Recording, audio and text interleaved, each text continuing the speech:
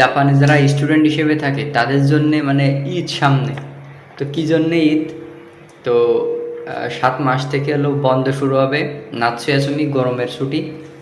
তো ফুল 1 মাস বন্ধ থাকবে। কোনো কোনো স্কুল 20 দিন 21 দিন, আবার কোনো স্কুল 30 দিন, 1 মাস ফুল, আবার কোনো স্কুল 35 দিন বন্ধ থাকবে। মানে ক্লাসের উপর ডিপেন্ড করে। কোনো স্কুলে যদি একটানা 5 ঘন্টা হয় তার বন্ধটা বেশি থাকে। আবার যাদের হলো ক্লাস কম কম হয়, দিনের বেলায় 3 ঘন্টা হয়, তো তাদের আবার বন্ধ কিন্তু কম থাকে। তো আমাদের স্কুলেও কিন্তু নোটিশ দিয়ে দিয়েছে, এই যে একটা নোটিশ দিয়ে দিয়েছে, এই যে এটা মূলত একটা আবেদন, কিন্তু আবেদন লাগে না, আগের থেকে বলে দিয়েছে যে 7 মাসের মানে জুলাইয়ের 25 তারিখতে বন্ধ শুরু, আর পরের মাসে 16 তারিখ পর্যন্ত বন্ধ। তো প্রায় কত 21-22 দিন বন্ধ। আমাদের যেহেতু 4 ঘন্টা করে ক্লাস হয়, 4 ঘন্টার একটু কম ক্লাস হয়, 3.5 ঘন্টা। তো যেহেতু আমাদের কম ক্লাস হয় দিনের বেলায় একদিনে, তো সেহেতু আমাদের বন্ধ কিন্তু কম। তো আমাদের পাশে একটা স্কুল আছে, সেই জায়গায় কিন্তু 4 ঘন্টা প্লাস ক্লাস হয়, তো তাদের কিন্তু বন্ধ দিয়েছে ফুল 35 দিন, নাৎসুয়াসুমির মানে গরমের ছুটি। মানে তাদের ঈদ সামনে ফুল একদম। তো যারা জাপানে আছে স্টুডেন্ট বিষয়, তাদের কিন্তু এই সামনে ঈদ, মানে ঈদের থেকেও বেশি। ঈদের দিন তো মানুষ জাপানে হলো নামাজ পড়তে পারে না, নামাজ পড়ে, ভোরবেলায় নামাজ পড়া লাগে, আবার স্কুল করা লাগে, মানে ঈদের দিনও স্কুল করা লাগে, আবার কাজ থাকে।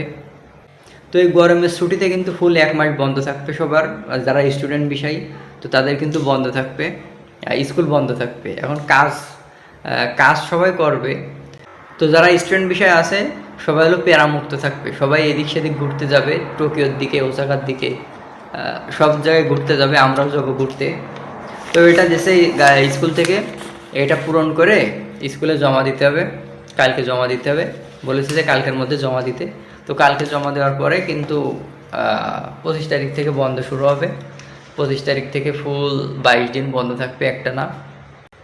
জাপানি স্টুডেন্ট বিষয়ে আসার পরে 5 দিন ক্লাস করা আর কাজ করা, আর 2 দিন যে রেস্ট পাওয়া যায়, ওই 2 দিন একেবারে ঈদের মতো লাগে।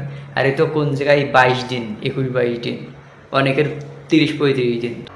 তো লিগালভাবে কিন্তু জাপানি স্টুডেন্ট বিষয়ে 28 ঘন্টা কাজ করা যায়। তো যখন গরমের বন্ধ দেবে 1 মাস, তখন কিন্তু ওই 1 মাস 40 ঘন্টা করা যাবে, মানে প্রতি সপ্তাহে 40 ঘন্টা করা যাবে, 28 ঘন্টার থেকে 40 ঘন্টা হয়ে যাবে। কারণ এই গরমের বন্ধের মধ্যে স্কুল বন্ধ থাকবে, সেই জন্য কিন্তু পড়ার চাপ থাকবে না, এই জন্য কিন্তু 28 ঘন্টার থেকে 40 ঘন্টা হয়ে যাবে, মানে 40 ঘন্টা জব করতে পারবে।